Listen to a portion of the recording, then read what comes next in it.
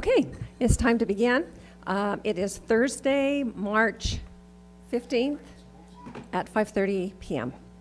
And for roll call, we have Dell Hansen, Business Administrator, Terry Rhodes, Board Member, Jeff Nielsen, Board Member, Alan Grudig, Board Member, I'm Kathy Christiansen, Board Member, Roger Pulsifer, Board Member, Steve Norton, Superintendent, Randall Bagley, Board Member, and Larry Jepson, Board Member.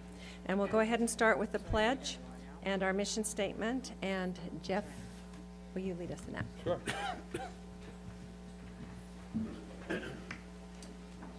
I pledge allegiance to the flag of the United States of America and to the republic for which it stands, one nation under God, indivisible, with liberty and justice for all.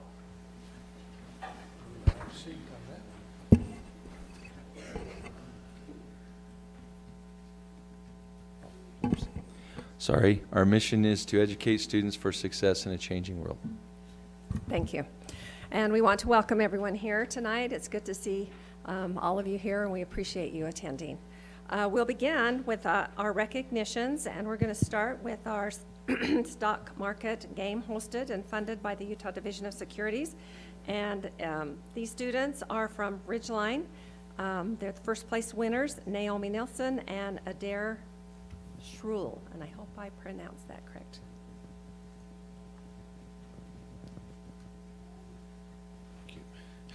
Thank you. I'm going to turn the time over to Joe Johnson, the teacher and supervisor for that club. Perfect. So the students were supposed to be here. They should be on their way, but they're tardy. But that's why I'm here, I guess. So I'm a personal finance teacher at Ridgeline High School, and each 2 times during the year, the Utah Stock Securities Exchange hosts a stock market game where they allow the students to receive a fake $100,000 to invest in the stock market. And it's a real-time game. And so we teach the students how to read the stock market, how to look at stocks, and recognize what's going to do well and what potentially is going to do poorly. And we split our class up into groups of 2 and 3, and Naomi and Adair were on a team together, and there was over 700 teams for the state of Utah for a 3-month period, and they invested their stocks, they traded on a regular basis, and over those 3 months, their $100,000 turned into $125,000 with a 25% increase on that, the greatest increase for any other team in the state of Utah. And so they were able to go down to a banquet in Salt Lake City where they were recognized for this award, and they each received a $100 certificate as well for college and all. And so they're just a great team that were able to learn what they put it to work, what they learned, and also got a little lucky there. All right. Sorry, they're... Thank you very much. Yes, we do want to recognize them when they get here. Okay, we'll move on then, and next on the agenda is the Mountain Crest Champion Wrestlers. And I believe this presentation is by Davey Swinson. If we could get all of the wrestlers up here. I didn't bring them all. Oh, okay. Yeah, we got a trophy back there. If we'd have brought them all, there would have been 56 of them. Oh, wow. Yeah, and that would have taken us a little while. So I brought, I'll introduce the ones we did bring. We placed 12 kids at the state tournament. We had 22 kids counting 2 alternates, but we had 20 in the tournament, but we weighed 22 in, which was more than any other school. We ended up with 7 in the finals, which nobody else had more than 3. And so I'd like to introduce these guys. This is Tanner Lofthouse. He was the state champion at 160 pounds. This is Dylan Bostock. He's going to be recognized again in just a few minutes as academic all-state in wrestling. And this is Braden Mogul. He was the state champion at 113 pounds. And this is the future of the Mustangs, Jay Tuvey. And we're really proud of these guys. Like I said, there's 56 names, so we didn't oh, were you supposed to introduce me? You can do it now. Okay. I thought I butted in on my boss. That's not a good idea. But anyway, we're real proud of these guys. We feel like we had 56 state champions. And it takes a lot of work. If you know anything about wrestling, it takes a lot of work and dedication. Missed meals, black eyes, bloody noses. I'm really proud to be associated with these guys. Sometimes when you start with really good kids, it's easy to be a coach, and that's what it was this year. Thank you. Oh, and thanks for all the support, buses and administration and everybody that just helps us do what we do. We appreciate that. Thank you.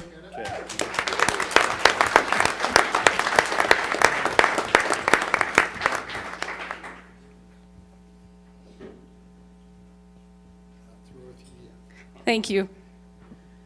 Well, school board members, superintendent, visitors, it is my honor to introduce to you again Davey Swenson, who was selected as Coach of the Year for wrestling this year. What happens, you're down at state wrestling and the coaches vote on it, and Davey Swenson, what a wonderful coach, human being, teacher he is. And I just wanted to share some things with you about Davey. This is his 33rd year teaching.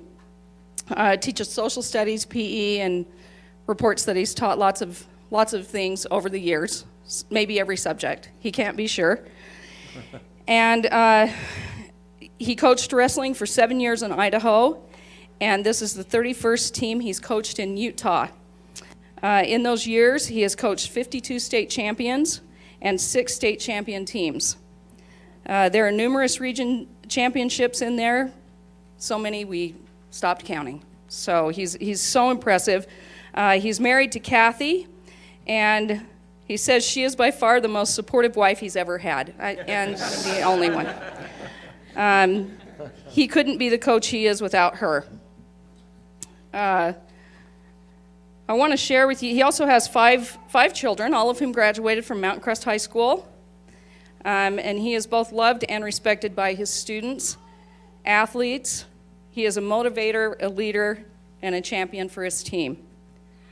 I want to share with you an excerpt from a letter that Davey sent out to students at the beginning of the year, which really demonstrates what kind of a leader he is. Here's what he had to say. I hope you will accept this as a personal invitation to make your high school experience as enjoyable, enriching, and enabling as possible.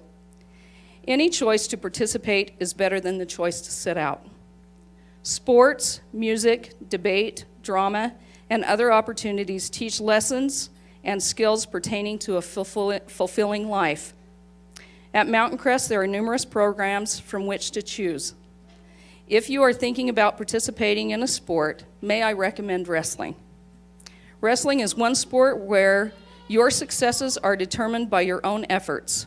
Wrestling, perhaps more than any other sport, teaches the value of team with the absolute reliance upon self. Whatever you do at Mountain Crest, please decide to make it a better place because you were here. That statement is what Davey Swenson is all about and always has been in his teaching. We are so proud to have him as a member of our faculty. Davey Swenson.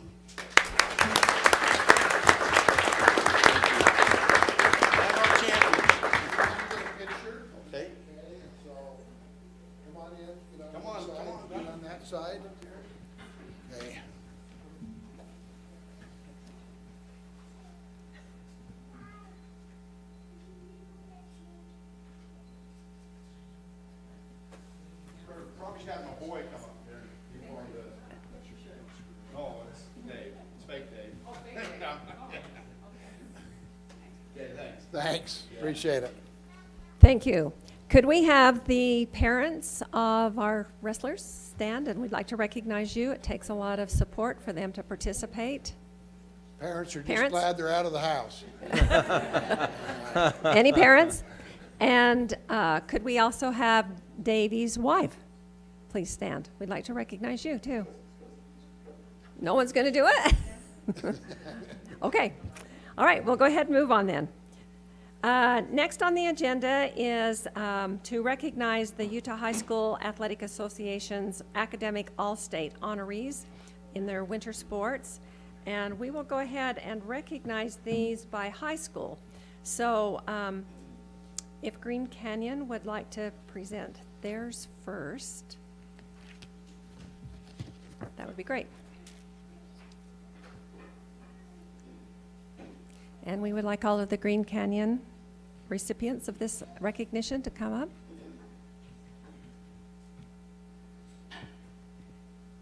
We will be getting a picture of you guys too, so hang on for a few minutes after the presentation.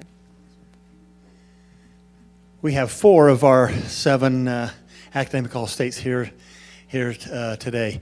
My name's Dave Swenson, the principal at Green Canyon High School. I'm the other Dave Swenson, the imposter. He's the real Dave Swenson. So anyway, but it's my pleasure to introduce to you and to congratulate our academic all-state winners here for Green Canyon High School. We have Erin Nelson, who is on our drill team, and so we'd like to present her with this certificate here.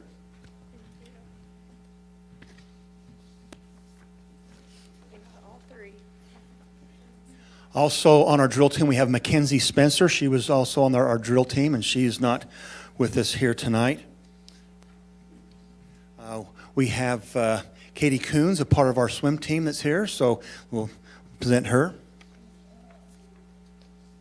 Caitlin Hinton, she's on our basketball team. She's not here tonight. She couldn't make it. 2 of our 3 members on our swim team that are here. One is Bryant Israelson. Garrett Richardson, he's not here. And also we have Cameron Slade. All these participants were all 4.0 GPAs, and just a great, not only on the court or in the swim, in the pool, but they are outstanding individuals in our academic and also in the social arena too. I get to see these fine people interact with students during passing time, during lunch, and they are just model students, and I want to congratulate them. So, thank you.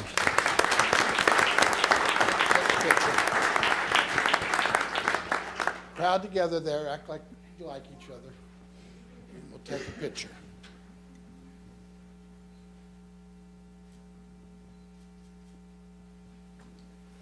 Thank you. And could we have the parents of these students stand?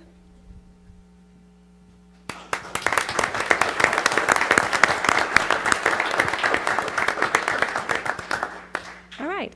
Next, we will recognize the Mountain Crest High School academic all-state honorees.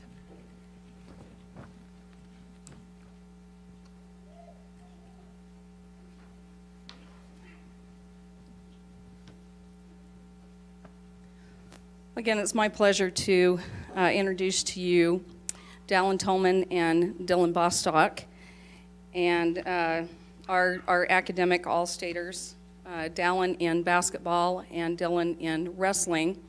Now, Dylan also was recognized as an all-state nominee for football, and he wasn't able to be here for that recognition because he was participating in football. So we're glad that he could make it tonight. Anyway, let me just tell you a little bit about my boys up here. Dallin has a cumulative GPA of 4.0. He is currently taking 3 concurrent enrollment classes. I like to tell you that because I want you to know that typically these students that we recognize for being all-state nominees, academic recipients, are students that are very driven. They are taking hard courses. They have plans for the future, and they're working very hard. It has become very competitive in the state, And very rarely do you see an academic all-state recipient that does not have a 4.0 GPA.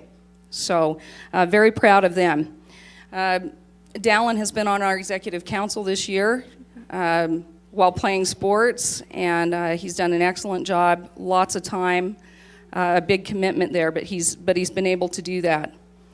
Did you get your mission call today? Got his mission call today. Do you know where you're going? Okay, hasn't opened it yet, so we'll find out a little later. After his mission, Dallin plans to attend Utah State University, where he's been accepted as a Huntsman Scholar for Business.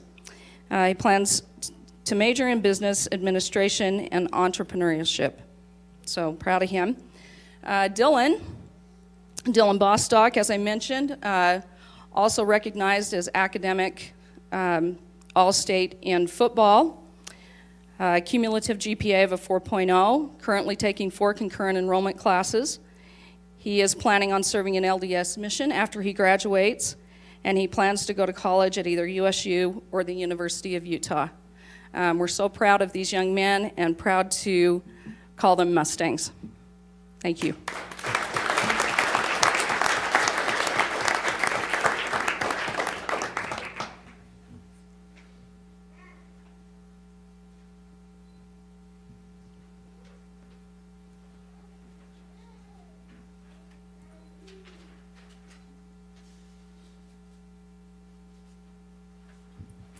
And would their parents please stand?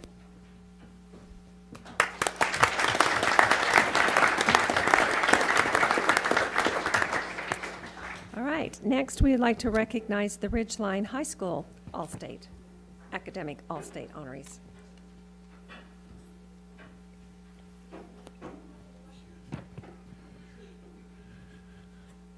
Come on up.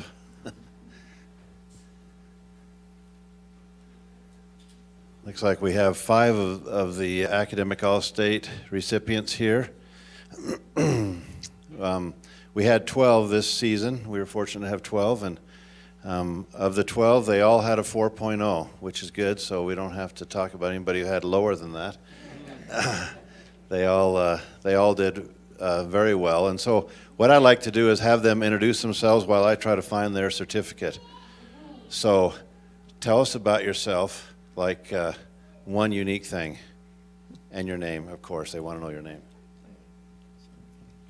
I'm Ashley Nielsen, but everyone calls me Nellie, and I really love to socialize. I'm Lindsay Rigby, and I am sarcastic. I'm McKay Baugh. I don't know. I just like doing things. I'm Maddie Kendrick. I do cheer. I'm Haley Checketts, and I'm going to go to college to become a clinical psychologist.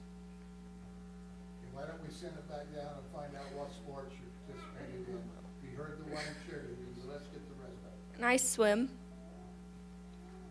Swimmer. Swimmer. Basketball.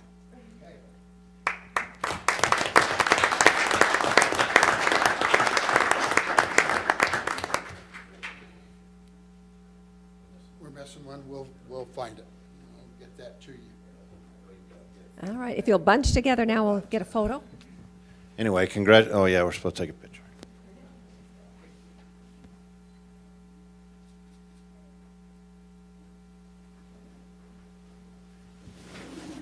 All right, congratulations, thank you. And would their Joe, parents... do we have, may we have the others here Oh, from the stock market? great. Oh yeah, and did we have the parents stand? We didn't do that yet, did let's we? have the parents of The parents of the Academic All-State. There's some of you here. Good job.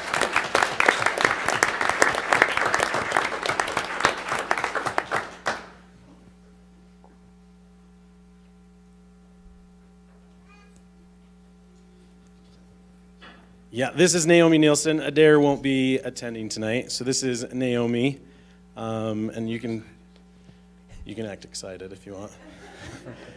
She's just really sad that they didn't give her the real 100,000 so that she could have really been $25,000 richer. But this is Naomi, if you want to tell us something interesting about you. I'm Naomi and I play soccer. Perfect. Are you available to invest real money? Yeah, no kidding. No kidding. We'll talk later. It looks like he's going to entrust you with his money. It looks like this is perfect. Yeah.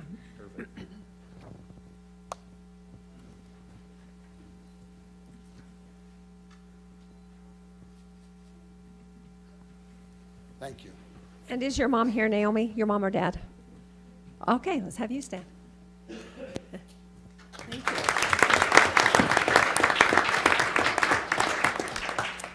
Next is Skyview.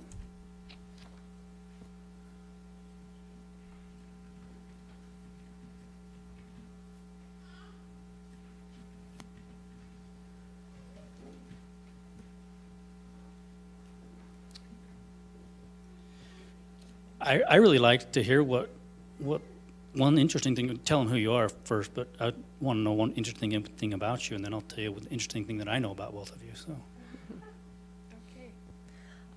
My name's Ari Meek, and I'm a swimmer. I guess that's interesting. So. I'm Megan Spackman, and I also play softball.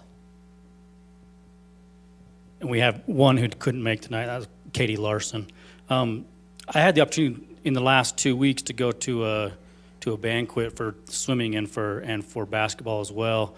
And both of these young ladies, in addition to doing phenomenal things in the classroom, obviously, were also recognized for outstanding performances in their individual sports. So, as has been said before, these kids that we're recognizing are not one-dimensional. They do some amazing things in all facets of their lives, and not just classroom and sports, but in the hallways around the schools. The things they're doing are actually very impressive. So thank you for everything that you do. We really appreciate it. The one thing I want you to tell them right now is who your favorite vice principal is at Skyview High School.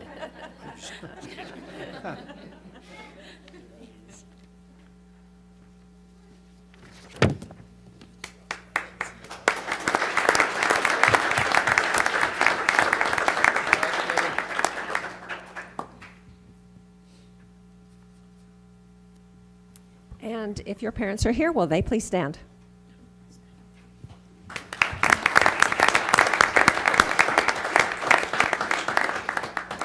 Thank you. We have amazing students in this district, and you've just seen a nice slice of some of the great students who we have here in Cache County School District. We appreciate your efforts and your hard work so very much, and the support of your parents and teachers and coaches. So thank you. We'll go ahead and move on to our Teachers of the Year that we would like to recognize. And we'll go ahead and start with Green Canyon High School. It's Nan Cabbie, and she teaches math and AP Stats.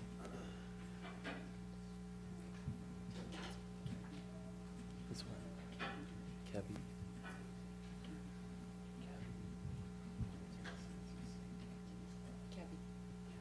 They're in the middle. We'll put you in the middle of these two guys. Let you get on the other side.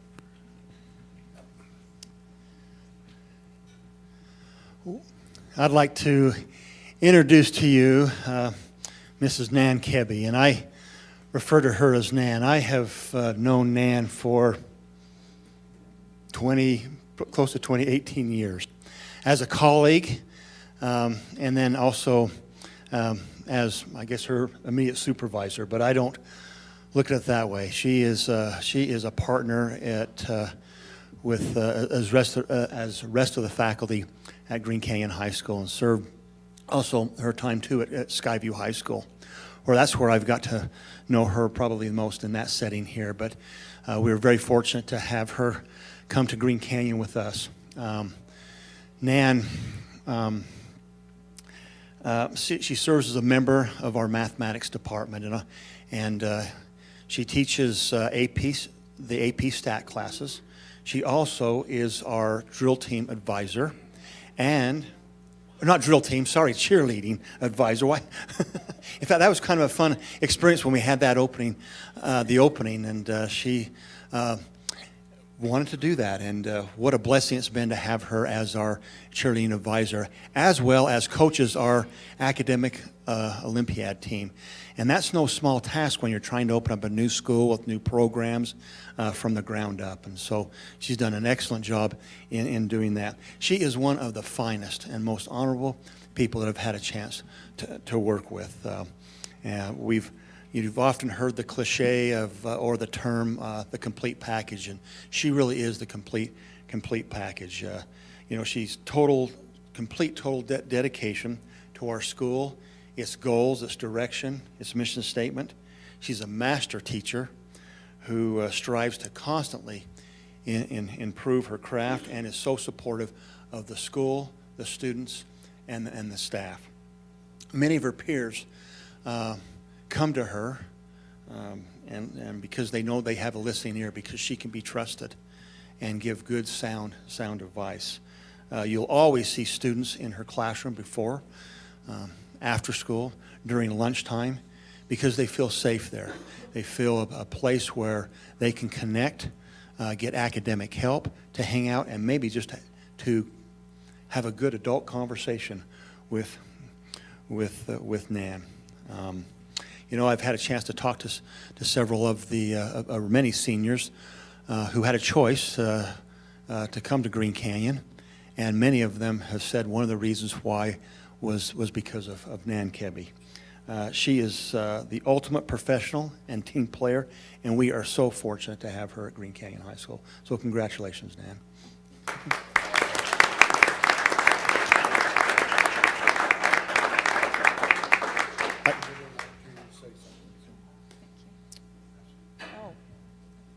I'm not ready for this. I wasn't expecting the microphone. Green Canyon is a great place to work, and I have awesome people to work with. Sorry, I'm a crier. My family knows that. I really do. I love the kids, and I love the people that I work with, and I feel like I kind of fell into this career on accident, and I can't be happier with where I am and the opportunities I've had. Thanks. Joe, can we have you stand, Joe? Oh, there's some. I'd like to recognize her husband, Joe, in the hat back there and his support. And My parents. let's have her parents stand up. Let's have them all stand, all of her family. And the grandchildren. Where are they all? There they. Oh, good. Gotta love it. Anyway.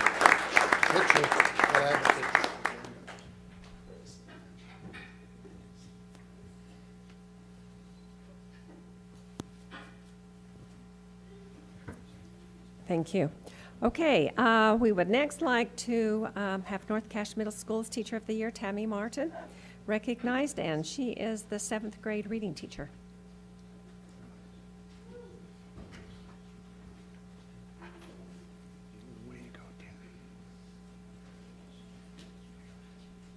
It's my privilege and pleasure to introduce Tammy Martin as North Cache Teacher of the Year.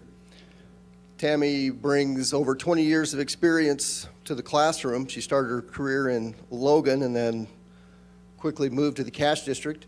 Most recently, she's taught at Cedar Ridge Middle School, and then just last year became part of the North Cache faculty and staff. But Tammy brings an expertise to the classroom with that experience. She always uses her best practices, but the one thing that really sets her apart is her ability to bond with her students. That's something you don't learn in a college class or a after-school in-service, but she comes with a sincere love and interest in all of her students. If you're around Tammy at all, there's going to be kids there. If it's the ice machine, cafeteria, in her classroom, they're always in a huddle around her. As she walks to the faculty room or anywhere else in the school, there's about 20 kids following behind her. I call her the North Cache Pied Piper, in my mind, not out loud. But Tammy really sets an example for other teachers when it comes to relating to her students, and I think that is kind of the capstone. Being able to relate to students is certainly a fundamental of teaching and kind of overarching principle in the classroom, and she's just a great example and a dedicated teacher. Our students are lucky to have her. Congratulations, Tammy.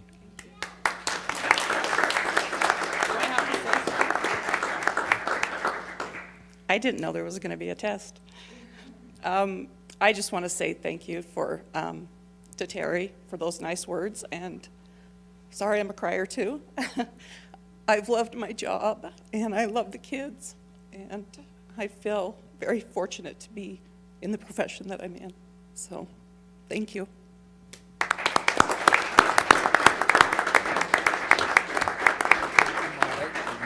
another handshake as we get together for a picture there.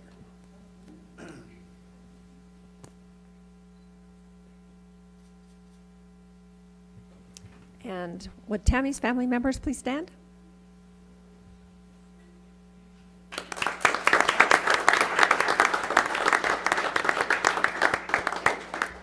All right. Next we have Melissa Elgin from Millville Elementary. She's fourth grade teacher there.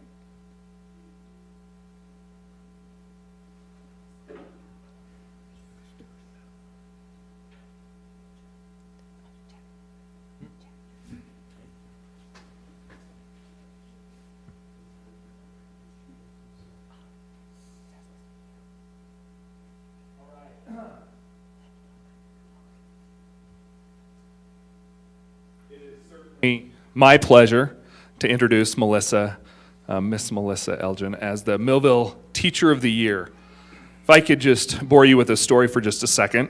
I am the brand new principal of Millville, and as I was starting my time here, I thought, what is one thing that I could do that could anger the staff, the patrons, and the students? And as I was milling that over, I'm like, what if I changed a teacher the day before school started? And that's what I did, and it worked. And Melissa was the person that I chose. I got to know Melissa really well right off the bat before school even started, and she is the epitome of a wonderful educator. And as any teacher would be daunted by the request to switch grade levels the day before school started, she was the epitome of professional. She took the assignment wholeheartedly and has done an amazing job, which I knew she would. Her colleagues speak so highly of her, and that's a tribute, as many of them are here to support her. She spends much time before school tutoring kids. She loves kids. She and I have had several conversations. What can we do for Billy? I noticed he needs new shoes. Or is this family taken care of for Christmas? I don't think that there's a higher praise for a teacher, particularly an elementary teacher, than someone that loves her students as much as Melissa does. And because of her love for children, it makes her a phenomenal teacher. And I don't want to understate what a great instructor she is and what a great manager of the classroom that she is. And I can't think of anybody more deserving of Teacher of the Year than Miss Melissa Elgin. Congratulations.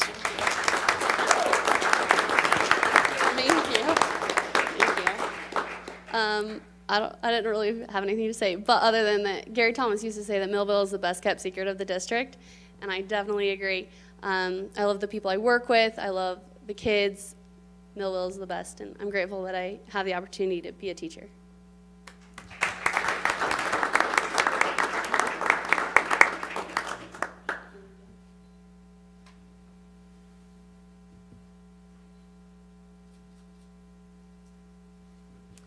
And if there's any members of her family, would you please stand?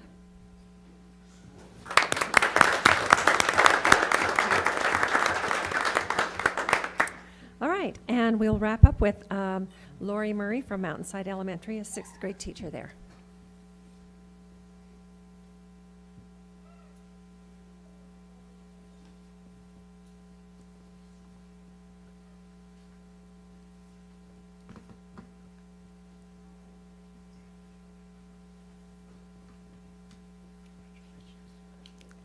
The pressure's on. I was told 2 minutes, and this is a 20-minute woman here. Very few people know that we're twins. Well, fraternal. And I was born first, 10 years or so before, and I think we have different parents. But the amazing thing about us is that we share a whole bunch of understandings and feelings about teaching and learning.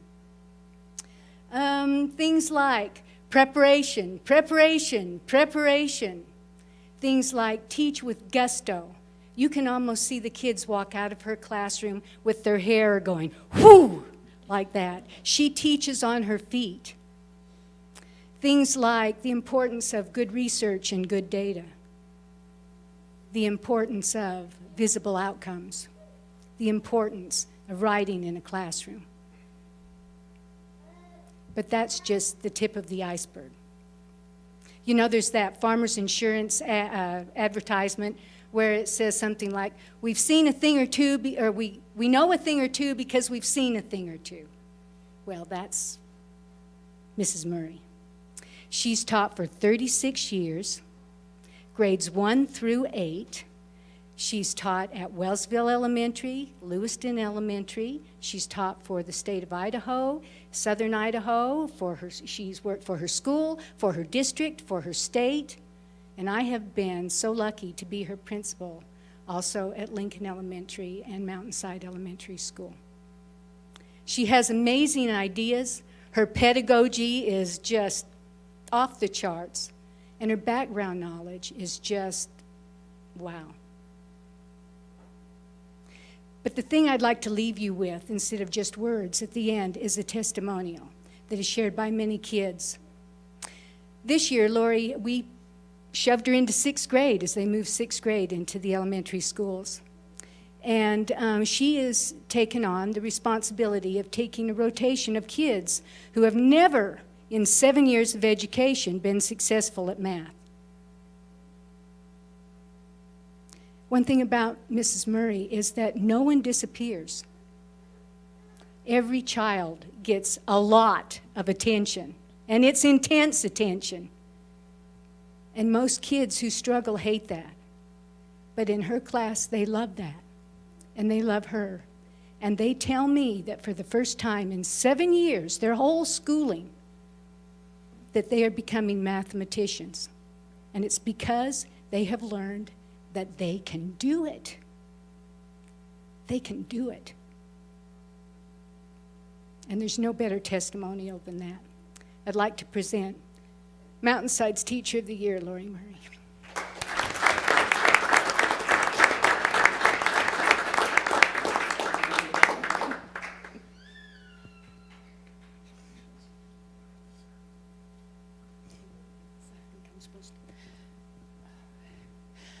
I brought with me tonight my first mentor, if I can speak.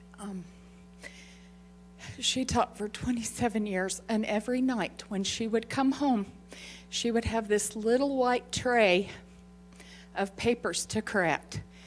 And we'd sit at the dining room table, and we would help her correct her papers, but not the writing. The writing she would correct, because it had to be perfect. Every letter had to be formed correctly. Every sentence had a capital letter. Every sentence had a correct end mark. She would, at the end of the critique, write excellent at the top of the paper, which brought much joy to her students. And then she would let me take her little red clown sticker that had the word excellent on it, and I would stamp it.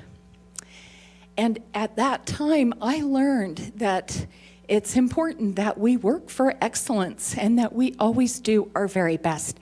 So, Mom, thank you so much for that encouragement as a young person to always strive to do my very best. And I have been so blessed through the years to work for excellent administrators and excellent principals and excellent teachers and friends. And I appreciate this opportunity to serve these kids and to do my best every day. Thank you so much. That should have been recorded, both of you guys.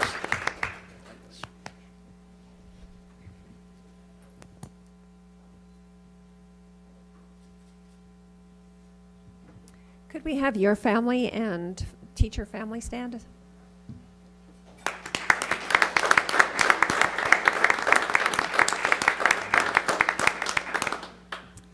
Thank you so much. We really do appreciate all of our teachers here in the Cache County School District. We are fortunate to have the best teachers in the whole United States in our district doing such a great job for our students, and we just want to say thank you. All right, we're going to go ahead and move forward, and the next item on our agenda is public input.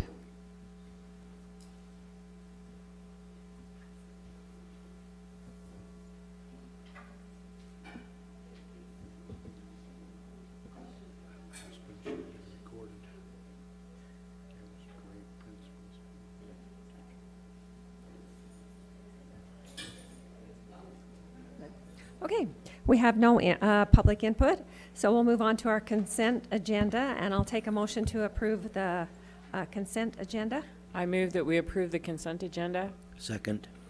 It has been moved and seconded that we approve the consent agenda. Is there any discussion?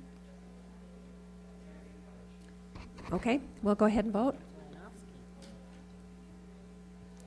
Madam President, while they're voting, would you mind asking Dave to move up to the front if he's going to be here in this meeting? Who seconded? Alan did. I can't vote. Mine hasn't come up either. There it is. Oh, Oh, there it is. okay. We live in a fast world, Dale. Doesn't help us develop patience very well. The votes are all in, unanimous in favor of the motion. Okay. All right. We will go ahead and move to our action agenda then. And tonight, Sunrise. where am I? Okay. Request for the approval of the school land trust budget adjustments for Sunrise Elementary. And I'm here to represent Derek. We have kindergarten registration going on this evening, and so he opted to stay and help his secretary with that, and I told him that was probably where he should be, so. Okay. I'll take a motion then to approve the school land trust budget adjustments for Sunrise Elementary. I move that we approve the school land trust budget adjustment for Sunrise Elementary. Second. It has been moved and seconded that we approve the school land trust budget adjustments for Sunrise Elementary. Any discussion? Okay, we'll vote.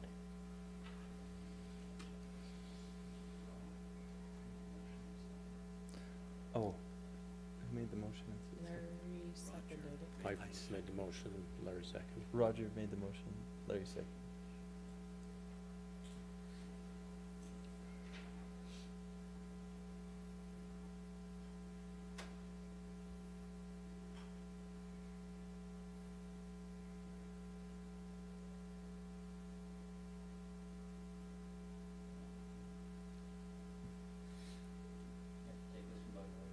Okay, all those in favor say yes? Yes. Yes. Those opposed? Okay, it is passed. Thank you. Okay, we'll move down to our reports agenda. And the first report we have is on Green Canyon High School, their school land trust budget adjustment request.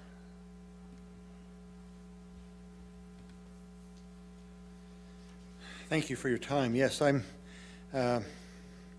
here to propose an adjustment on our trust land budget and propose that we use the remainder of our employee training money for teacher salaries to work on curriculum and assessments during June of this year, and to also pay a paraprofessional for some data for data and pack hour coordination. The teacher's salary would include teachers in the majority of our core subject areas. Okay, any questions? Okay, thank you. Dale, on the bottom of my screen, it says motion by Roger Pulsifer, seconded by Larry Jepson. Is it supposed to? Okay. Oh, okay. Okay, thanks. All right, our next item then is the Safe Utah app presentation. Don't know if you want me to display this, but I did attach a handout into board docs that you can take a look at. You've heard in the last month, about every time you turn the TV on, someone's promoting the Safe UT app. And I just wanted to give you an update for Cache School District where we're currently at in using that particular tool that the state has provided. And the spreadsheet or the information that you have in your attachment there, Kurt Jenkins put that together. He's really overseeing the process when the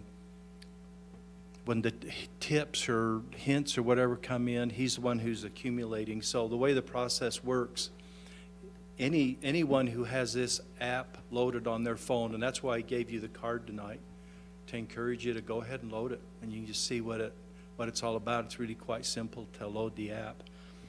But anytime something is brought in from tagged as our school district or a student in our area, the principal gets notified, and also Kurt Jenkins gets notified. And what Kurt Jenkins is doing is making sure that whatever that was, and you can see the different categories that are on the spreadsheet there, he just makes sure that the principal has assigned that out for someone to follow up on that. You can look at the numbers, the number of incidents that have taken place in our district since he started tallying this in August, and you can see just based on the promotion and how the program's been rolled out in our schools, it's a little bit higher every month.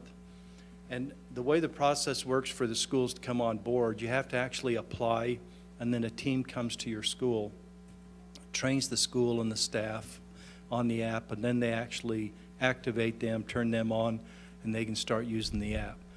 All of our secondary schools are up and running with that. The request is in for our elementary schools to also be trained by state personnel on this app, and so we're just waiting for that training.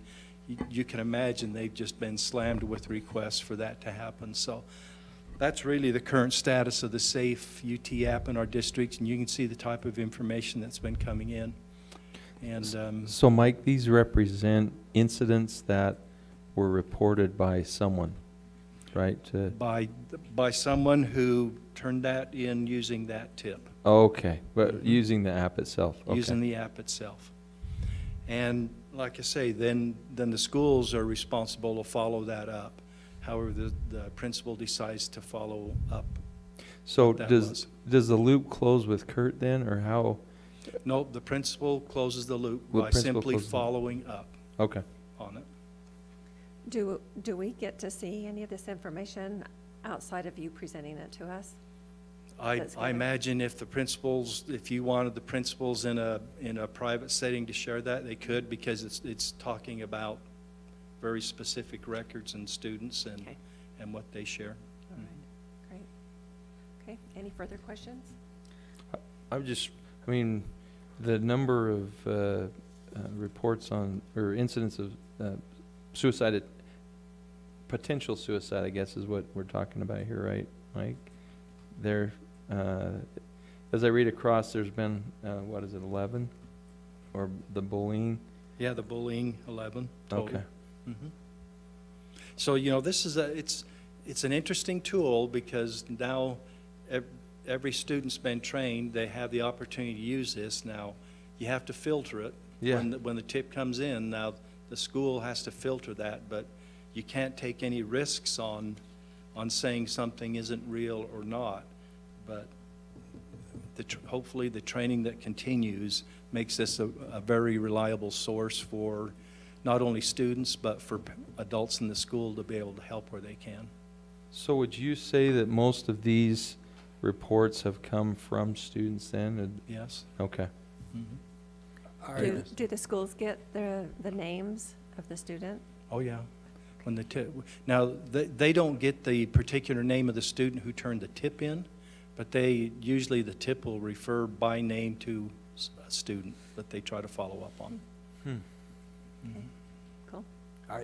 Can they submit it anonymously, or do they have to? Yes, it's anonymous. It is anonymous. Okay. Yes. That's where you kind of wonder, if there'll be any playing around with it or those types of things, inaccurate reports, but so far it's been pretty close. And what we're encouraging our students, if you hear something or see something, then say something, and this is a way for them to Yeah, I say think it's a something. great idea, honestly. Okay. And this is statewide, this app. It's being used. Is there a reason that Cache High and Spring Creek don't have any? Spring Creek was our last one to be trained up and ready to go. So even these numbers that you're seeing, one could have been trained and set up to go in August and another one in February. So it's really skewed at this point, just based on when they've been able to come online and start to use it. Because I did ask Spring Creek that. I said, no problems at Spring Creek, huh? And then they informed me when they were trained and activated. So some of the elementary have already been trained, haven't they? No, I don't believe so, Gary. No, the requests are in for all the elementaries, so they're just waiting for their schedule to be set up for training. Okay, any further questions? That's awesome. Okay. Thank you. Thanks, Mike. Okay, our next report is from North Logan City concerning the airport area, RDA.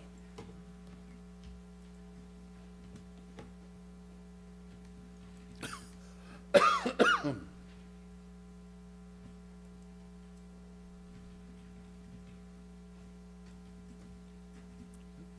I got 2 of these for each, I got 6, so 2 for each section. Okay. Share or We can share that.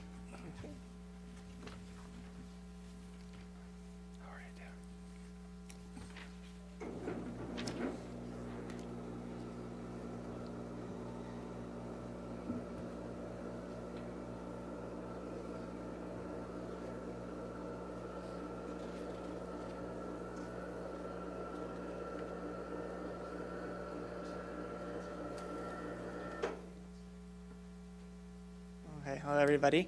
My name is Devin Mills. I run North Logan City's Economic Development Department.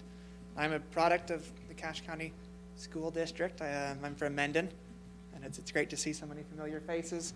I work with a lot of you. Ms. Ivers back here was my math teacher back at Willow Valley in 7th grade, and she's near and dear to my heart, so I appreciate this opportunity to see how we can keep striving for future success together. So as I've worked with North Logan for this last year. I've had an increasing role in county economic development as well. And there's an area that as a county, if you're familiar, we formed a Cache County Economic Development Alliance about 6 months ago that's trying to coordinate efforts as a county. I'll hold you just for a minute. Is there a reason, Mike, why it's not coming up on our screens? So this map that's up there is your second page of that pamphlet I handed out. This will be more for the people in the audience that can't see what your handout is.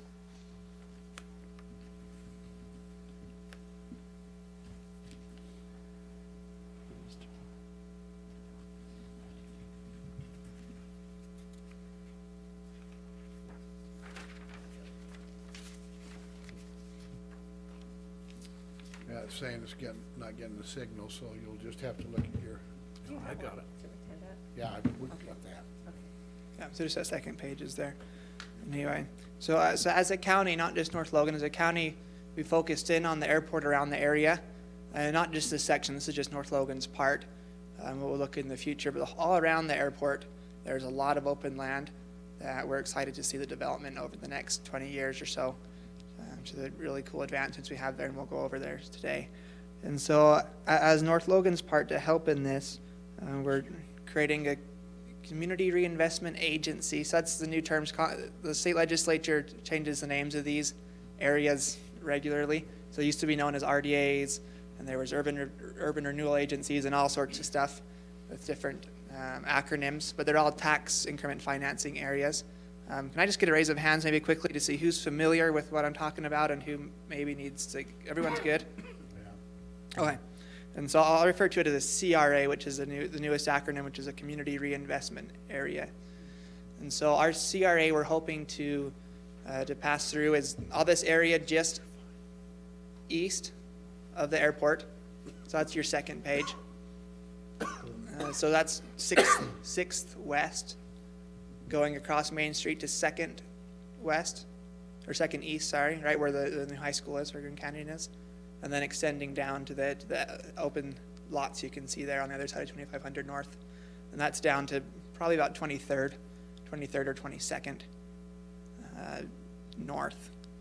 And then that yellow section you can see is an existing URA that was created about 10 years ago. It's probably just about up. That was created for blight, where this new CRA is focused on economic development in general in the area.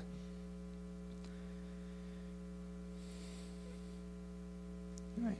So our goal here, there's several fold. So the way this would work would be, as we need this development to happen in the area, some of the roadblocks we're running into. So if you look up there, you can see about one little road system, all right, where it says lazy one there. And that's where the bulk of the businesses that are sprouting up are on that little corner. But there's so much more land that's there that we can't quite get to just because infrastructure isn't in place yet. Where we've had lots of interest of people asking if they can do it, and it's just not quite feasible yet just because the roads are so expensive. So one of the major reasons we're doing this is to improve infrastructure in the area and being able to partner with businesses to get that done. A few other exciting opportunities that come for development in general. On the next page, if you can find a page that says Airport Opportunity Zone. This is a brand new incentive system that was rolled out by the federal government with this new tax rehaul they just did. And so the governor's office is allowed to select several areas in the state of Utah that would be eligible for capital gains tax breaks. So it encourages when people sell their property or try to do anything that would require a capital gains tax to be paid, and they'd be able to waive that or get a deferral on it. And so it really increases the opportunity for developers to come in and have a lot of that risk mediated. So one of the big factors they're looking for these opportunity zones to be established are RDAs like this, or CRAs, so they can kind of work hand in hand to really jumpstart development in an area. So to have both these down together, the county is pretty excited for this opportunity if we can get it done, because it'll make all the area out by the airport just famous almost in the state of Utah that has both of these incentives going at the same time. Are there any questions about that? That's really good. I mean, it's kind of some complicated stuff, but I think we're in good shape there. The next page is a couple of companies that are already in this sector. We really want this area to be known in the state of Utah as an innovative manufacturing and engineering area. There's already several companies out there like General Electric, Ophir, Spiricon, SNS is just building, Rockslide Engineering, and even Lazy One and Walt USA, that are clothing companies, use some of the highest tech manufacturing that I'm familiar with. It's really exciting stuff they have out there. Walt USA just moved all their production, all their manufacturing from China back to North Logan, if you can imagine that. And they're using some really high-tech things to manufacture the socks they do. So we really want to get that energy that they've already created and what's available to develop out there, and really have it spread and be able to bring in a lot of new companies that are just like them. And so not just in this sector, but also in what's part of Logan and Hyde Park out there. If you see on the next page, there just says the future, just shows a larger map than what you have at the first, and you can see there's lots of land that's incorporated and lots that aren't incorporated yet that can be in the future as that area becomes more developable, that the cities will be able to annex it and continue development around that area. So one of the most exciting things that I want to draw to your attention on the page that says EP Systems, the future of flight innovation. How many of you have heard of EP Systems by raise of hand? So it's a brand new company that the county partnered with the Economic Development Corporation of Utah. That's an organization it's kind of sponsored by GoEd, that goes out and brings in companies that want to come somewhere, and they say, well, why don't you come to Utah? And then they work with the cities to find places for these advanced companies to come and set up their new manufacturing places or whatever they create. So EP Systems is one that Cache Valley got about a year ago. And they're in the airport, kind of just in a bunker, in a hangar that they could get quick access to. And what they do is they create a lithium-ion battery that's very, very high-tech and lightweight that powers drones.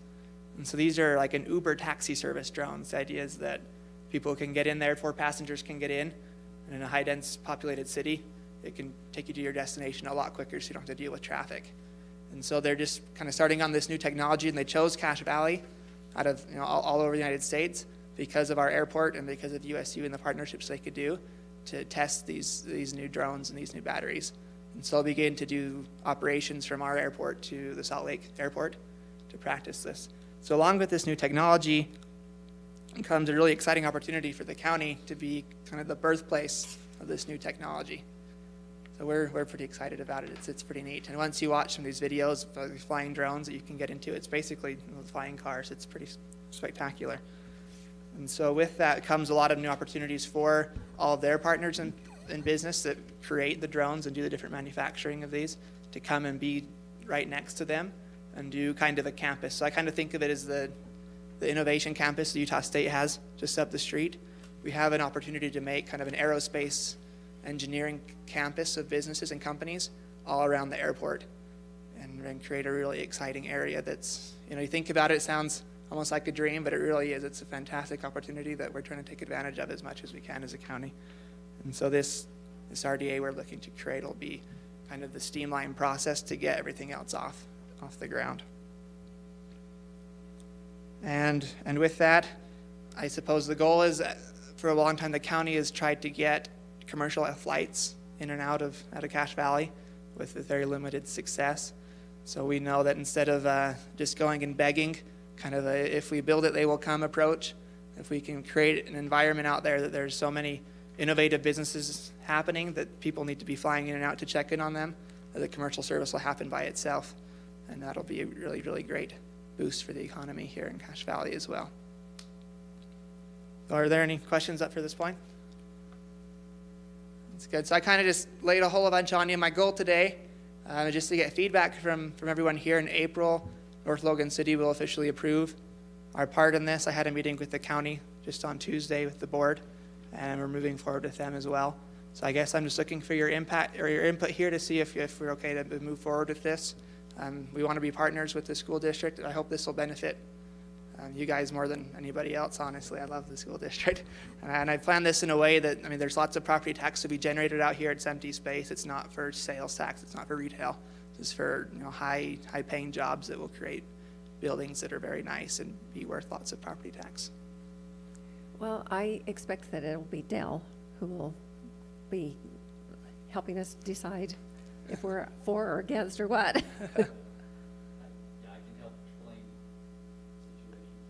Okay. You mentioned Hyde Park.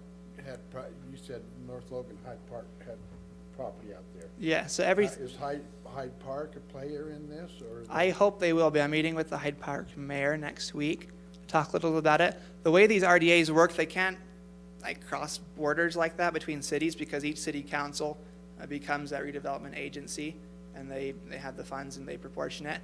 But I would hope that this streamlines it so Hyde Park does something similar and Logan can do something similar so we can really create a good area out there. And does Cache County own some of that property then within the, or is it out all there? North Logan? Well, that's all incorporated in North Logan.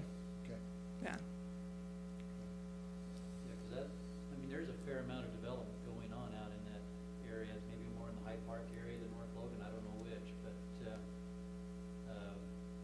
so there seems to be quite a bit of infrastructure being built in there right now, as far as I can tell. From what I see, the only one I know that's going in right now is SNS Sports. It's out.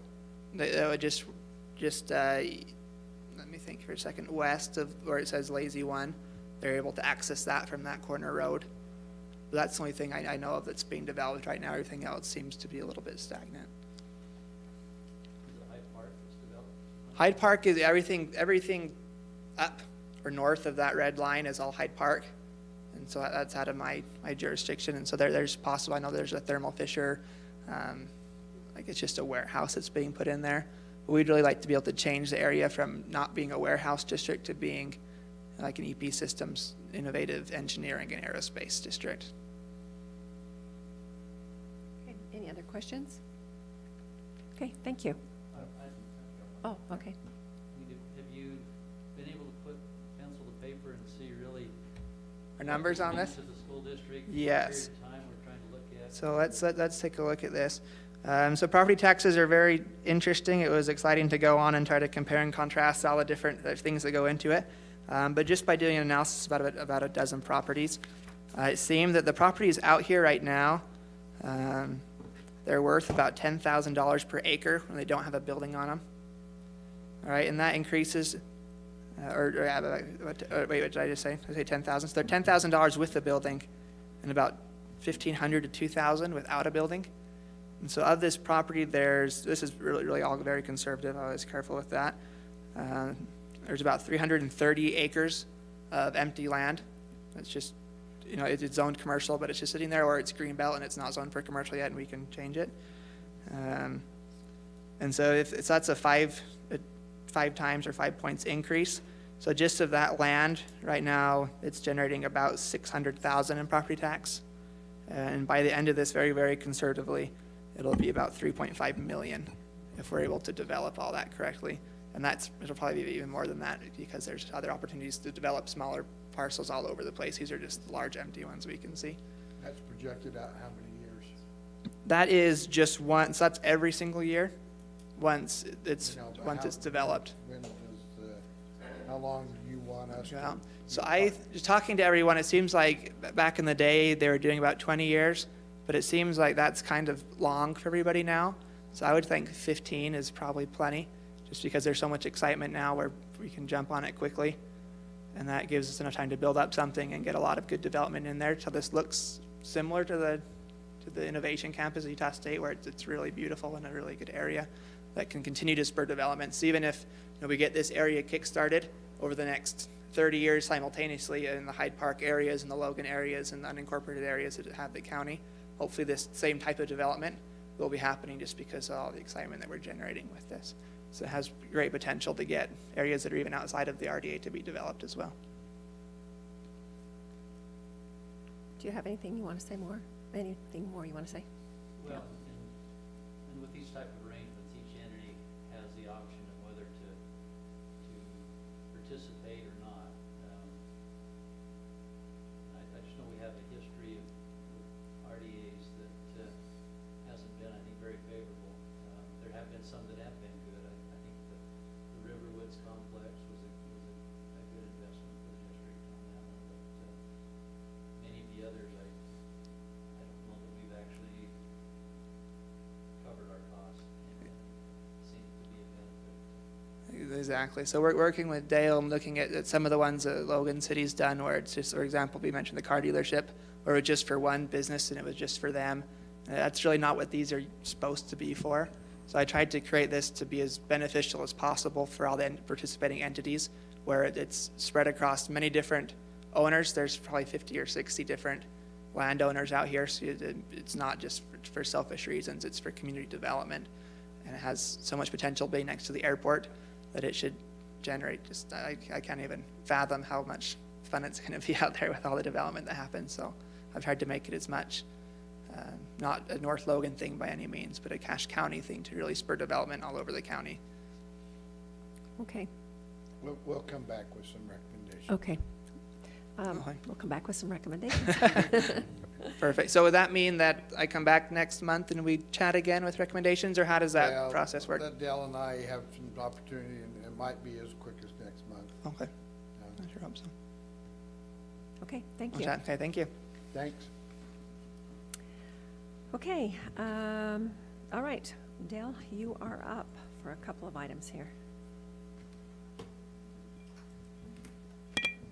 Recently, we had an audit from the State School Board on our Title I program. And as part of that, they actually go through and look at our district policies to see if there are any items that maybe we can strengthen to help us stay in compliance with federal guidelines that we have to abide by with those grants. And with that, they noted, they had two items basically, and one was that they wanted to make sure that all funds received by districts and deposited into their accounts have the checks issued in the name of the school or the school district or foundation, if that were the case, so that we're not actually cashing personal checks of individuals with cash that they might have at the school that they would deposit.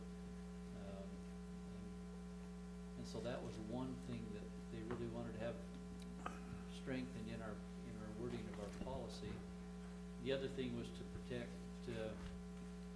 teachers too, so that for any fundraisers they might be having or any activities, we don't want to have parents writing checks in the name of the teacher for the project or whatever they might be involved in. So this is a way to protect them, that they don't get put in that arena. So all checks should be issued in the name of the school district. So I put online 2 sections of the current district policy that I was noting would be changed. So the first one has to do with the cash receipts policy. And on the 3rd page, if you can scroll down to that, under general policies, it would be adding a number 2 paragraph that would say all checks received must be written in the name of the school district or individual school. No secondary party check shall be deposited into the district or school checking account, not of, which it says it should be or marked at. So that would take care of that issue and bring us in compliance with what the state is looking for. And the second would also be included over in the donations and gift policy, where bottom of the 1st page, again, it would say that all cash donations received in the form of a check must be written in the name of the Cache County School District, Cache Education Foundation, or an individual school. So that there are no donations being made directly to employees. Keep us clear on that. So that's what I would bring to the board in the next board meeting for approval. I'll fix that typo on one word there. On any of that? Don't think so.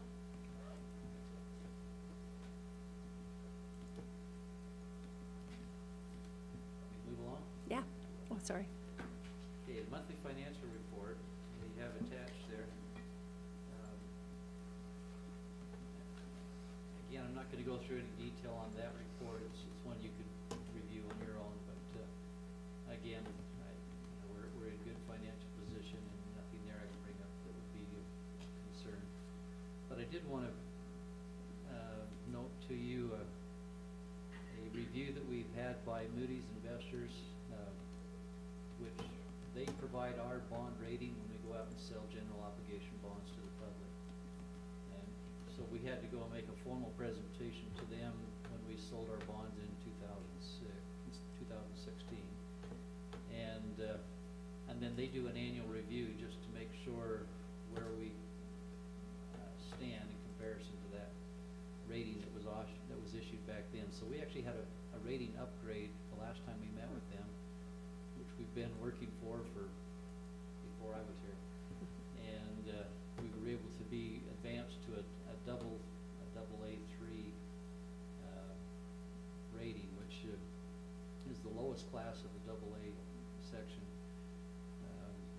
But they've noted that we do have some weaknesses that we need to be careful of. So the comparisons they make, if you look down the middle of that 1st page, it shows that it says Cache County School District's cash balance as a percentage of operating revenues is 9.9% and is well beneath the U.S. median, which is actually 25.7%. So we are more than, or less than half of what the national median is on the cash balances that we maintain in comparison to our average operating budget. Yeah, before you lose any sleep over that, keep in mind that we're the least funded state in the union, so that we don't have a lot of money that we can carry over. But it's not that we're spending that much, it's just that there's not much to be left over. And we've worked on building those up, but with the purchase of the building, we pretty much depleted a lot of, and so it's going to take us a while to build back up. But yeah, because it also looks at fund balances, the percentage of operating revenue. Ours is at 9.6, national median is 21%.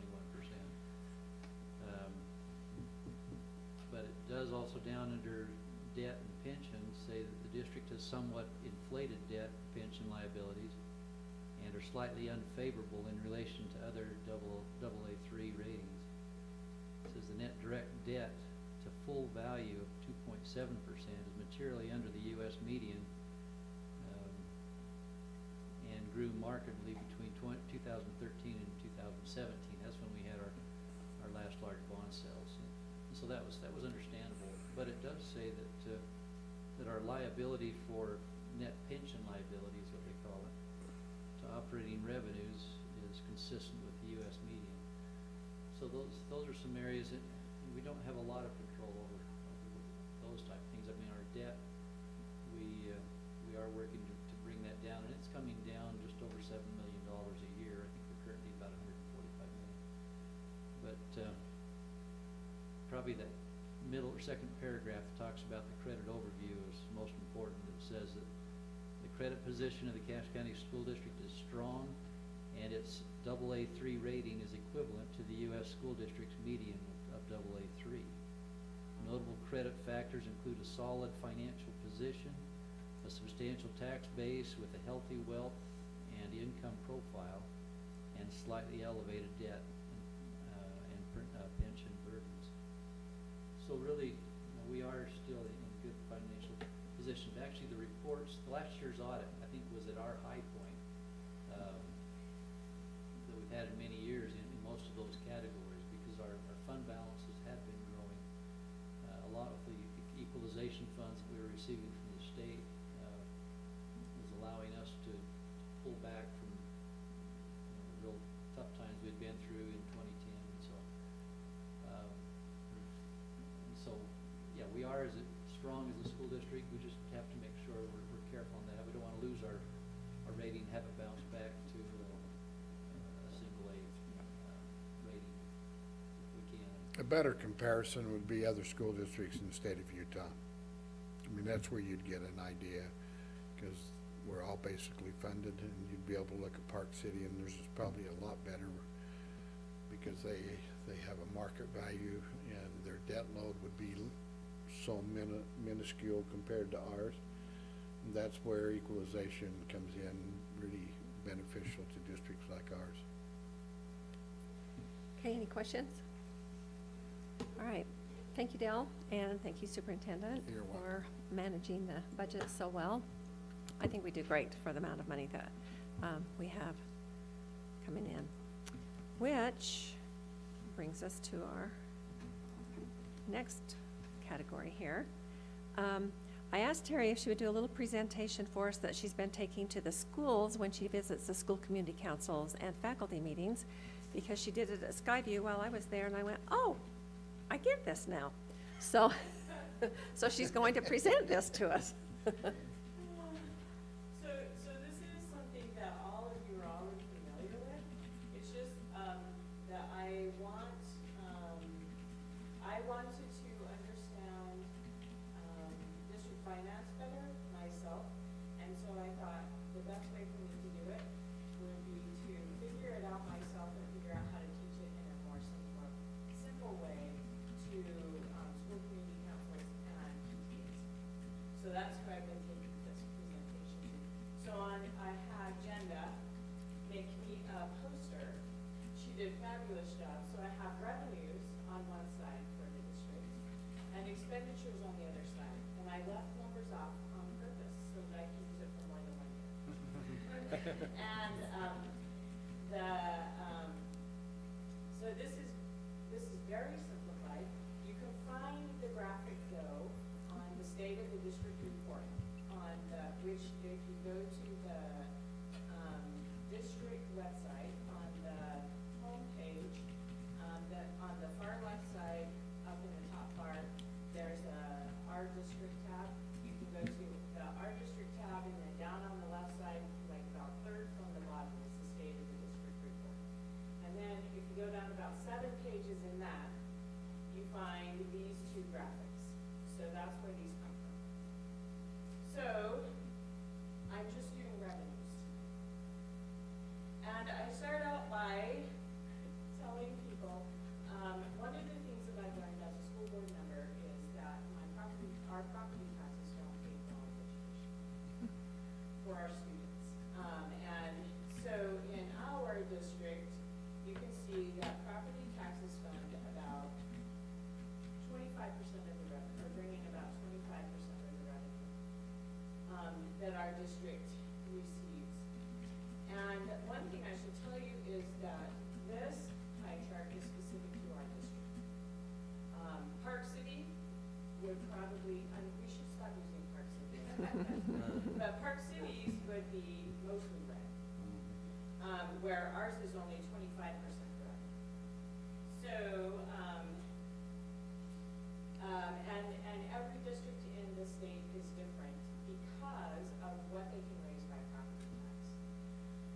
The really great thing is that because we keep our property taxes at the highest rate possible, we qualify our district for supplemental funds from the state, which is the blue part right here. And so when you hear about WPU, you should know that the WPU this year is about $3,311 per student. That's the base rate. Then they have a lot of add-ons, like add-ons for special needs students, add-ons for at-risk students. We get about, I think it's 0.55, Dale, correct me if I get this wrong. 0.55 of a WPU for every kindergarten student. But we get a higher rate, 1.25 for high school students. Charter school students get 1.25. Anyway, so, but when you hear about the WPU, of this money that's coming to our district, about 12% of it is our taxes, our property taxes. The rest of the WPU comes from the state. And and that's this year. If I could just help you to maybe understand why the charter school, it's charter school high schools that get that kind of money. And the reason they do is because we get funded on elementary kids and secondary kids and kindergarten kids. Kindergarten kids are only 0.55, as she pointed out. But if you look at the way a district spends its money, a lot of the money that comes because of elementary kids ends up being spent on the secondary level because it's just more expensive to run high schools. So when you started to get entities that were just high schools, and that's all they were, they said it's not fair to fund us at the same level you fund a high school student in the district, because they have the opportunity to take money from other areas and they move it up into the secondary. That's the theory behind that. And so because a lot of people that I show this to are on school community councils and they have responsibility for the trust lands budget, I let them know that that's part of this blue part, but it's only about that much of our state funding. And it's amazing that it's just that much because they appreciate so much what it does for each individual school. But that represents only about 1.5 million, which is what our total funding for trust lines is in the district. Between all the high schools, it might be a little higher now with 4 high schools online. But, so it's about 1.5 million out of this whole blue part. And this whole budget, I think on the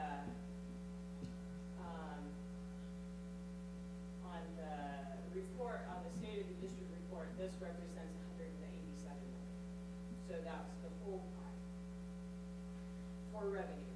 And then for those who prefer that we not accept federal funds, I let them know that this only represents about 9% of our total funding in the district, and this comes from specific ways.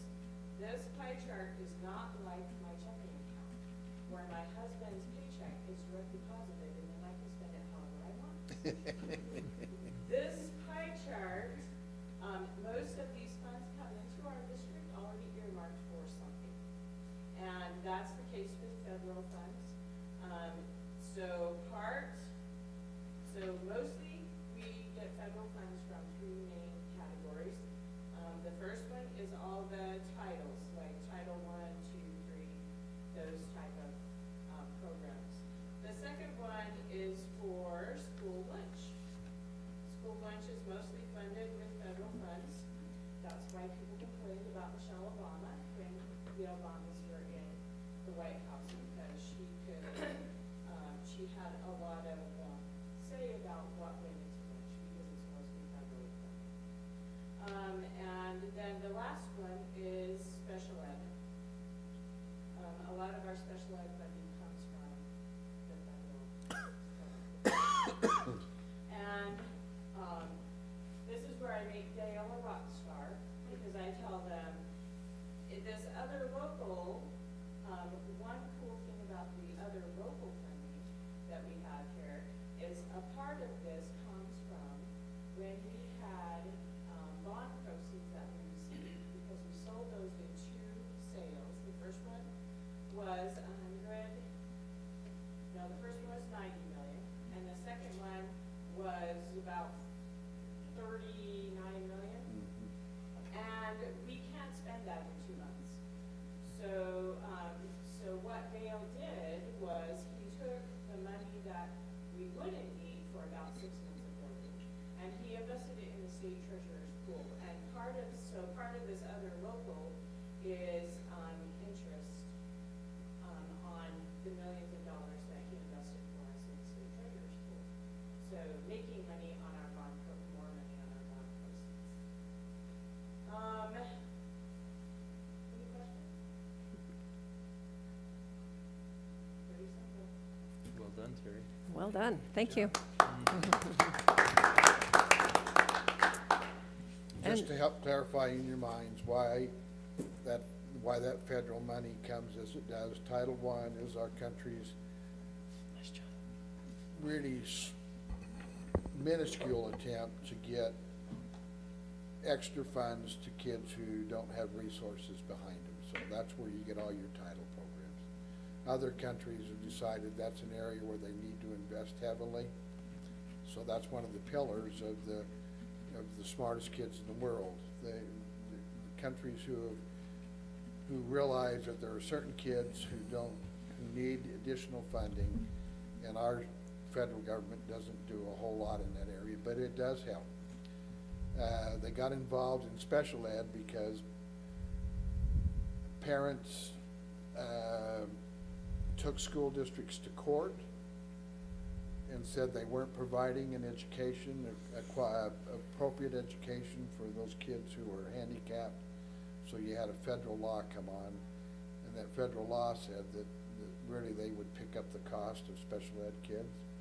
They've never met that mandate ever. They're somewhere around 60% is all they fund for it, but the law said that they would fund that whole cost of educating those kids. So that's how they got their foot in the door in that category. And then school lunch came about because that was another attempt to take kids who were needy and give them a meal during the day so that they could not be hungry in school. That's how the federal government got its 3 legs into the system. Okay, thank you. Well, I hope that was helpful to everyone. It was to me. She's got another side on expenditures, which I asked her to do next month. Everybody okay with that? If we get the report on that? Okay, great. Thanks, Terry. Jeff, update Yes. on Parent University. So I have kind of dropped the ball a little bit on this. Last month we talked a little bit about the opportunity to present an opportunity to the parents and members of the district that if they had questions on certain topics, that we could provide kind of a town hall setting where we could answer questions or explain policy or whatever it might be, whatever, depending on what their interests were. And we had a list created of potential opportunities to talk about and discuss kind of a schedule to do that. I still need to send that out to the PTA organizations and whoever else you think we ought to send it to consider the topics that we would do. But on the other hand, I don't want to commit everybody to something, so we probably need to hash it out a little more as to maybe what you would like to see. Part of this came from the fact that as I've talked to some of the people in my district or area, there are some misconceptions about things, misinformation. Sometimes people think that there's a certain rule that should be applied, and in reality that's not the case. And so this would be an attempt to better educate people or communicate to people what our policies are and what we're doing about topics that they're concerned about. I've found in my life that communication seems to solve most problems. And so this would be an opportunity to do that. So would you kind of like a statement from each one of us, whether we're in Yeah, I'd support just of like it? to see what your thoughts are on it. Okay, Larry, what do you think? Do you like the idea of trying to do this or not? I think it could be a positive thing. Okay. Randall? Yeah, I think you got to give it a try and see how it goes. If we don't get much participation and much support, we could drop it, but at least give it a try and see how it goes. Okay, Superintendent, do you want to weigh in on this? Well, yeah, and I think I've had some conversations with some of you. I think you've got an excellent opportunity to maybe have a topic just fall into your lap, and that's school safety. Yeah. So I think that might be the one that would get people out. And so I like the idea, and I think we just need to kind of test it in our school councils and our PTA and say, hey, how would you like, after you have the initial conversation in those two areas, how could we best facilitate the fact that we need to get together and come to some agreement? And I think this parent university might be the area that we can use. Okay. What do you think, Roger? I think it's a good idea. Give the PTA councils the opportunity to let us know if that's what they would like. And Yeah, I'm behind it too. Alan? I have a couple of questions. How many meetings would you hold? Would you hold one in the north, in the south? I think we'd want to try and bring it to the people, as it were. So it would, and that's a question that we could pose to the school community councils as to, what they think. I was thinking maybe once every 6 months, or just depending on what the interest is or what people feel like they would support. Okay, would you break people in here and have one meeting for the district, or would you have one on the south end, one on the north end? I pictured more, maybe some on the south end, some on the north end. We'd find a place in, in a school that we could meet and do that. I think it's a great idea. It's the only thing that I have is that we've had some mandate from the district or from the state come down and say we will hold these meetings, and when we've done, we've had 4 parents show up. And so that's my major concern is if we're going to do this, let's make sure it's advertised that the PTA and school community councils are behind it, and we get people here. I agree. That's my major concern. Yeah. We don't want to just burn time, for sure. Terry? Next Tuesday, the South Valley Council PTA is meeting. That means all the local PTA presidents will be there. So you could just send it to Debbie Gowan, who is the council president. And I'm trying to remember the North Council president, Teresa Nielsen. Anyway, they have a meeting coming up as well. Perfect. And they could discuss it right there with all the PTA presidents that are there. But would we want somebody from the board to take it to them rather than just send it to them so that we can listen to the conversation and hear what their responses are? Well, usually I go to both of those, but next Tuesday I'm going to Dale's meeting about online fee payment. Well, let's have a talk with Dale about that. What time's that meeting at? Maybe I could. The what- PTA council meeting is at 1 o'clock Okay. On Tuesday? on Tuesday, That's the south end? March 20th. We'll get the information It's at out then, and Ridgeline. they can. Okay. You could go with Mike. He usually goes with me. We're usually there defending all the decisions. It's at 1? It's at 1? Uh-huh. I could do that. Okay. All right, so we'll let plan you to- work with it yeah. and bring back another report Yep. as to what's going on. Yes. Yes. I never ever did get mine back to you. Our two were school safety, obviously, and the dual immersion to educate our parents and whoever wants to come about what we see as our future with the district. Interesting. Okay. Good topic. Yeah. Thank you very much. Okay. Well, I think we probably would have a pretty good turnout on school safety. Oh, I think so, yeah. We would probably have a lot of students show up as well. We might. Okay, thank you very much, Jeff. We'll go ahead and move to the board president report. Just a couple of little housekeeping things. First of all, thanks for attending the legislator Saturday report meetings. I felt like we had good representation there, and I also feel like we got information to us when we needed to contact our legislators and let them know what we thought about things, and pretty much all of them got back to me saying they got my message, and so that was one of our goals that we set, was to try and build a better rapport with our legislators, and I think that is slowly happening. I had Carolyn send out the school land trust assignments. Is everybody okay with the schools that you got? Okay, we'll plan on that. Roger and I've got to flip a coin. This is just kind of a little funny thing. Would any of you be interested in getting an email of our board picture or a copy of it? That we had taken, our board picture that we had taken last time? Oh, the one with the plaque? Uh-huh. Anybody want it or not? Sure. Yeah. Okay. Email, is that okay? Yeah, Just email's send it good. over to you? Okay. All right, and then, let's see. Our next meeting will be April the 12th. And then any questions, concerns about the National School Board Convention, April 6th, 7th, 8th, 9th? Everybody's got their plans? Is everybody going? Yeah, all right. No, you're not going Jeff to go? couldn't make it. Sorry, yeah.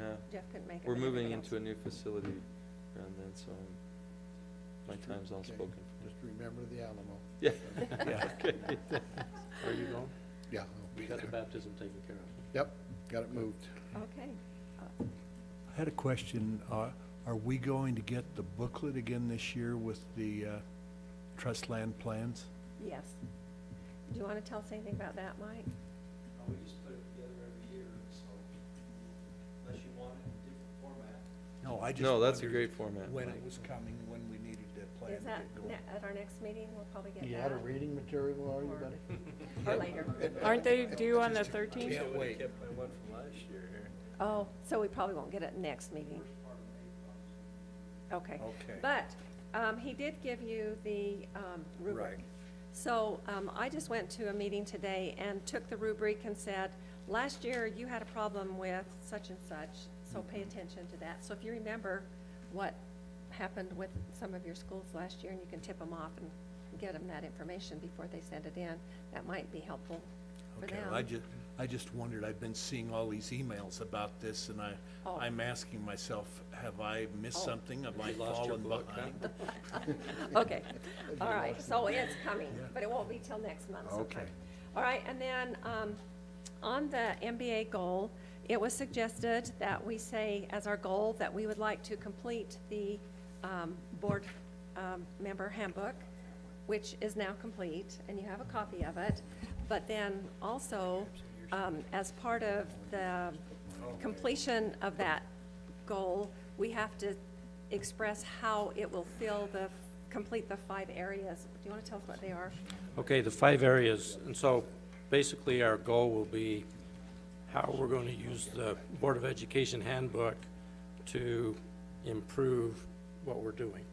And so the first category is continuous improvement, advocacy, community engagement, collaborative relations, accountability, and foundation of effective governance. And so I'll email you those topics, and if you have any ideas, you know, what we can do to make the goal fit into each one of those categories, and then we'll combine everything. Okay. So I'll email you the categories, and then if you can give me some ideas back. All right, how we so can use Roger's the over number. this. Okay. So if you have any suggestions, get it to him. And is that okay if we do that? Okay? And then the last thing, the last thing is, here's that board handbook. Okay? That's it. All right, Superintendent. Okay, I put in your stack a letter of the audit on our CTE programs. I just wanted you to be able to read that.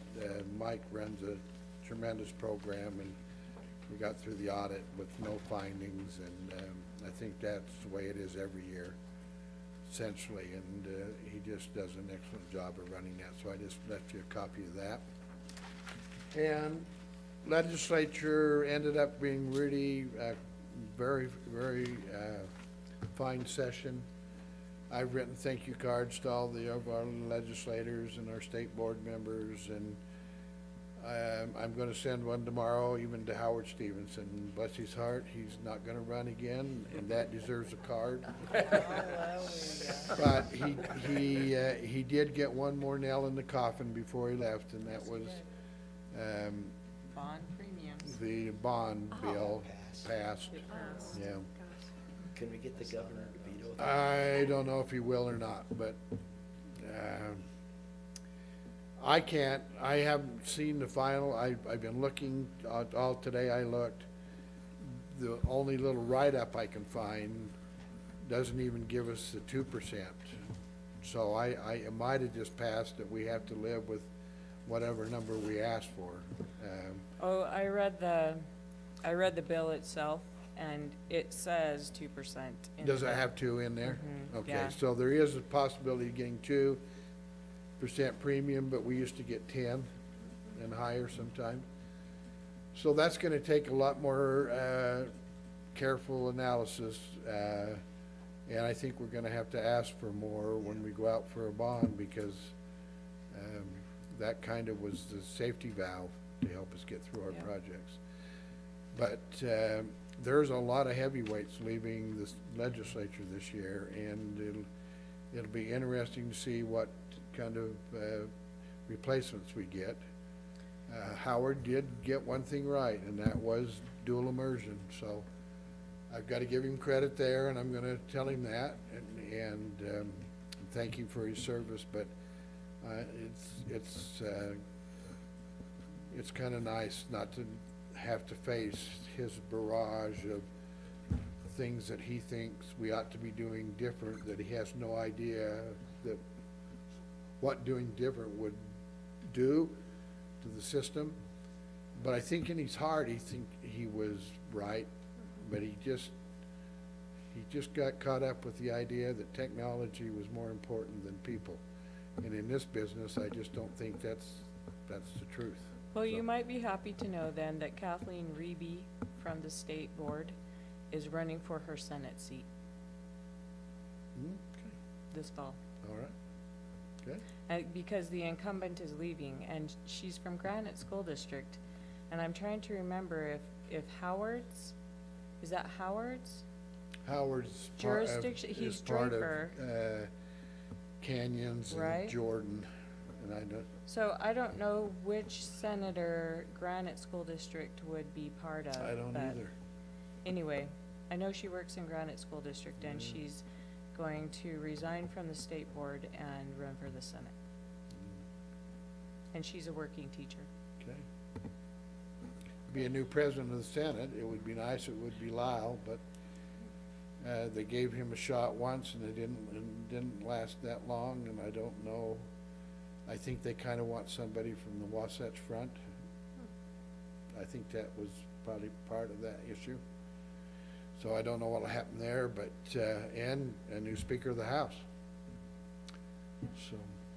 Well, you also need to talk about Representative Last's bill that passed about the putting a floor on the levies, on the local levies. General levy for the state. Yeah, that most of of the equalization bill was taken out of the equalization bill and just put into a regular appropriation bill, is what happened. And so, most of, what Brad Last was proposing is in one place or another in the bill. I just haven't seen how the distribution that the school boards and superintendents wanted. I don't know, I haven't seen that, so I don't know if they kept that part and it's going to be distributed to the basically 10 or 11 school districts. And Dale, you haven't seen anything there either, have you? Lyle did make a comment that we should be happy with that, the equalization bill. So I just don't know what that means. I wasn't planning on the equalization part of it. I thought it would go to the other districts because we got the most out of Osmond's bill. But Brad Last, being in a leadership position, he would be a great Speaker of the House for us. I don't know if he has the clout to get it. Here again, it's not. He's in the hinterland of the state, and I don't know if they would give it to him or not. But most of his bill and most of the equalization bill, including extra money for at-risk kids, a little bit for transportation, and what else was in there? Anyway, should be a good year for us, and for teacher salaries too. I just don't know how much of it's going to be earmarked that we wouldn't be able to put into teacher salaries, but a great bill that Dale's brother-in-law got passed, that should have lasting impact in this state for a long time, and that was getting special ed teachers. And if anybody deserves that's money well placed. Val's a good addition, I think. Really a good addition. Okay, anyone have anything else? Okay, thanks everyone. Appreciate all that you've done. Seems like things are coming together well, and if any of you have any ideas or suggestions of things that you would like us to do a little bit different as we work here on the board at our board meetings, just email me and let me know, because I'm open to all suggestions. Looks like we do have one race, in case you haven't heard. Oh yeah, Randall, let us know what we can do for you. Randall's going to be out kissing babies and Yeah. and putting up signs. Yep. Oh, is the deadline passed? I thought it Today. until tomorrow. Today. Oh, is it Today. Today. Okay. And she just barely filed today. Oh, dang it. All right, meeting is adjourned. Thank you, everyone.